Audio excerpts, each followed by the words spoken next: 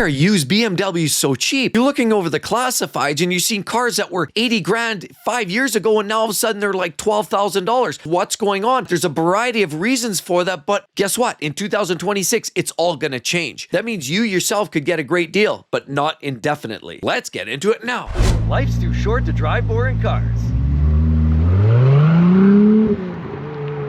One of the main reasons they're so cheap on the used market is because they start depreciating immediately as soon as you drive them off the lot. Whereas the average Toyota, for example, or Lexus product, or even Acura, might take 5 years to lose about 30% of the value. The fact is the average BMW loses as much as 50 to 55% in as little as 3 years. And by the time 5 years rolls around, they've lost about 60 to 70% of their original value. With a lot of these premium models like the 7 Series losing as much as 75% or 80% in 5 or 6 or 7 years, it begs the question, why wouldn't you buy one of those? I love the idea of getting a great deal. But now as we see a lot of the electrified vehicles as well, a lot of these I-Series BMWs mean that a lot of people just aren't interested. And on the new car market, it's great. They're incentivized. But on the used car market, nobody's really buying them. Nobody really wants them. We see what's starting to happen. The market is receding on every electrical vehicle, including Tesla. We're seeing the market absolutely plummeting and falling to the ground. So it's no shocker as BMW transitions into this new space, we're starting to see the requirement or the value of these used electric vehicles going right through the floor. This is a common industry issue for almost every manufacturer. But all of the premium BMWs, because they're luxury vehicles and they traditionally have that reputation of being expensive, problematic, that just generally means that they're going to fall off a cliff the day after you drive them off the lot. The second reason why used BMWs are so cheap, did you know that about 50 to 55% of BMWs that are hitting the market are coming back from a lease return? Most people lease their BMWs, primarily because they're scared of depreciation, they're scared of repairs, they're scared of maintenance, and a lot of these BMWs come with maintenance packages, so a lot of people buy their BMW under a lease, have the maintenance looked after, they don't even have to pay a dime, and it seems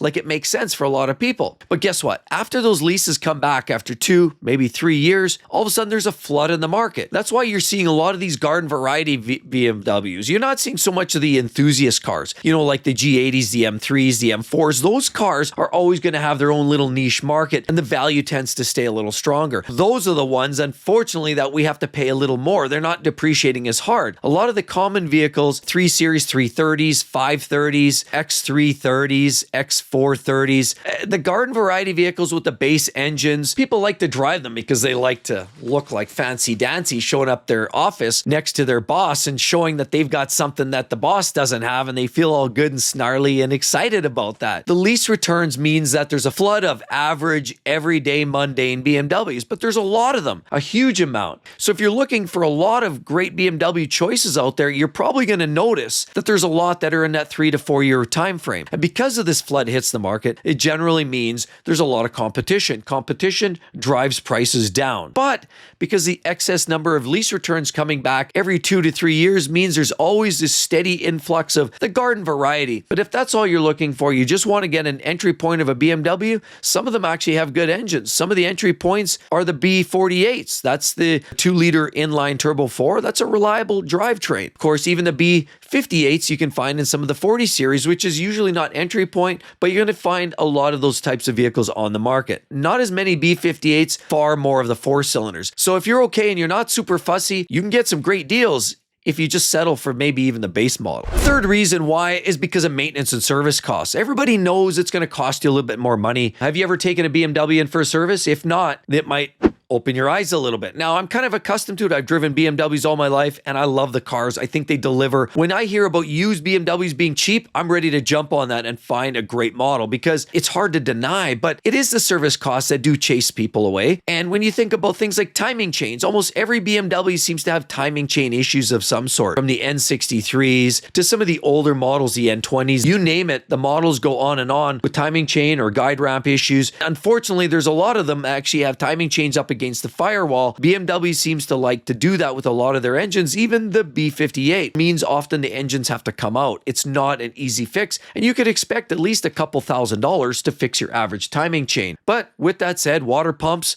a lot of the older models had electric water pumps. That's going to cost you a water pump, and in some of their turbo 6-cylinder engines, you have the water pump and the thermostat together, so you do them all at once, and that's honestly easily a $2,500 repair, parts and labor. It's not cheap. Even a basic oil service, you're talking about $400 to $500, $600 range, when the garden variety industry average to buy a Honda, Toyota, even a Lexus may only be $300, $200 for an oil change. But as they say, you got to pay to play, right? And for me, it's always worth it. I mean, you're doing oil change maybe once a year, and hopefully you're never doing a timing chain. The odd repair that comes up, it's worth for the price of admission, in my opinion. And that's why buying a used BMW on the cheap market means a huge win for you and I if you can tolerate and stomach the potential for repairs. Service costs, of course, even checking your vehicle, and because you have that check engine light, it's going to be a minimum $250 cost just for them to plug in. And they'll tell you that up front, but they won't even look at your car unless you sign a waiver that says, yes, I'll acknowledge I will pay the $250. It could be a simple check or a fix. You might have even plugged in your own dongle, which I've done on many occasions.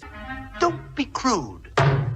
And they say that's not good enough. We still have to plug in and validate because our equipment is much more superior. So at the end of the day, you get a check engine light. It's $250 plus shop fees, rubber gloves, lubricants. It sounds like a party at John Holmes' house. This is what's happening. People don't recognize the cost until they're in it. But that's where some of these cheaper, lower end BMWs that are cheap on the used car market are coming from. For me, it's not that fearful, but you've got to remember, there's certain engines you want to stay away from and others you're okay with. I've always expressed the B48s, B58s are absolutely legends in their own right, but you've got to know what you're buying. And that's a big reason why you can get some great deals and why they're so cheap on the used market. There's another reason why they're so cheap is there's a perception of reliability or high complexity in some of their engineering. And honestly, some of it's very valid. And I've lived a lot of it. I've had an N54 with high pressure fuel pump problems, coolant leaks, oil filter housing issues, rattle of the wastegate, and all of those things that you hear about, I lived it. I breathed it. And certain engines you don't want any part with. I'll agree, the N54 is junk. That being said, if you're a tuner and you want a good platform, it's got forged internals, it can tolerate it. My personal opinion is B58 is equally tunable, but far more reliable, and that's why the prices are a little higher on anything typically with a B58 engine. The M340i, the M440, those are expensive vehicles, even on the secondary market, because everybody knows what it is.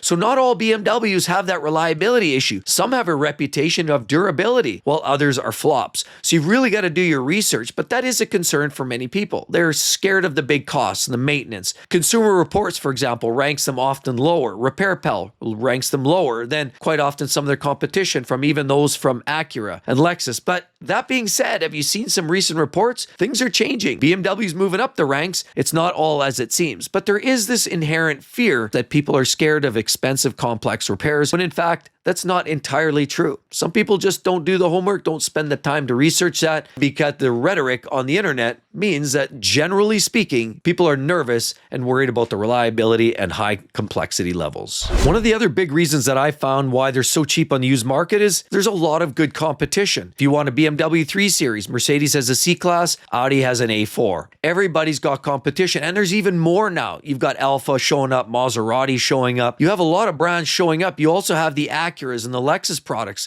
like the IS series from Lexus is one of the most legendary manufactured vehicles, and it's reliable. Acura, well, they're going away. They're doing away with some of their products, but they still have some great SUVs around there. So there's so much competition that it just means BMW has a thinner herd of people shopping for their product. And as a used car buyer, you can look around. There's a lot of opportunities for some great buys out there. Very few of them deliver in the same way, and even less have, say, manual gearboxes and great all-wheel drive systems and handle like a BMW does. Some people just want luxury for different reasons. On top of it, now with the transformation to electrified market, means even more people are starting to say, you know, maybe I'll try a Tesla. Maybe I'll try those other EVs. Believe it or not, there's actually some people that would prefer to drive those types of cars. Yes, we see it, we hear it, but that's ultimately biting into a lot of their space and a lot of the customers that would potentially buy a BMW. And the same thing goes on the secondary market. There's ultimately going to be more people shopping around for used vehicles. As BMW progresses in complexity, people are in fact looking for some of the competition. Lexus has a great product that still honestly has a lot of great vehicles out there. Now, Lexus is suffering. They're going through their teething as well. But ultimately, there are options. And that's a big reason why the price is continually pushed down. Because as a vehicle gets to be 5 to 10 years old, people just want something reliable.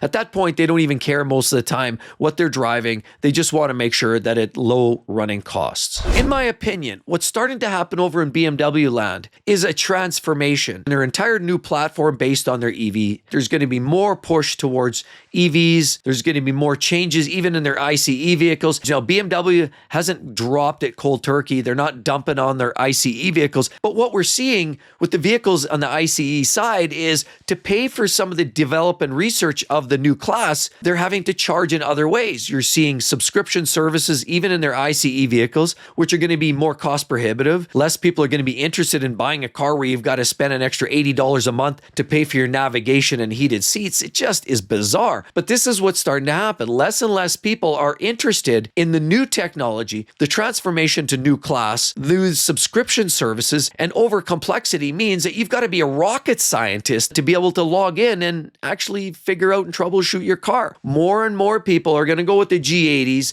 and some of the F-Series cars and the M-Series cars, and that's why some of the older classics are going up in value. We're going to see more and more of those linear products, cars that were manual, cars that were naturally aspirated, cars that were inline sixes. We're going to see more of those vehicles being chased around the block, more people looking for the older generations. So what we will start to see is this transition from the old stuff going super cheap to starting to go up in price. You're going to see less and less of them on the market, and the few that show up are either going to be clapped out, smashed out, bashed, and beat, and the good ones are going to be going for a premium dollar. So as we move into 26, 27, and beyond, we will be starting to see some changes in this market. So if you're anything like me, I'm already searching for a great used BMW. I've already got my eyes on an E-Class or an E90 with, of course, the 35 diesel. I love that vehicle. I love the M57 engine, and if I can find one of those with low mileage, well kept, unwrecked, that might in fact be something I'm looking for. I love that platform. It's absolutely amazing. It's still a little bit old school, and it's one of the longest lasting engines powering it.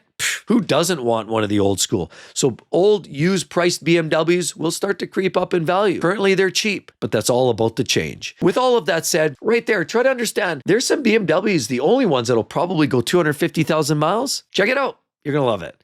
Hope to see each and every one of you all real soon, everybody. Catch you then. Bye-bye.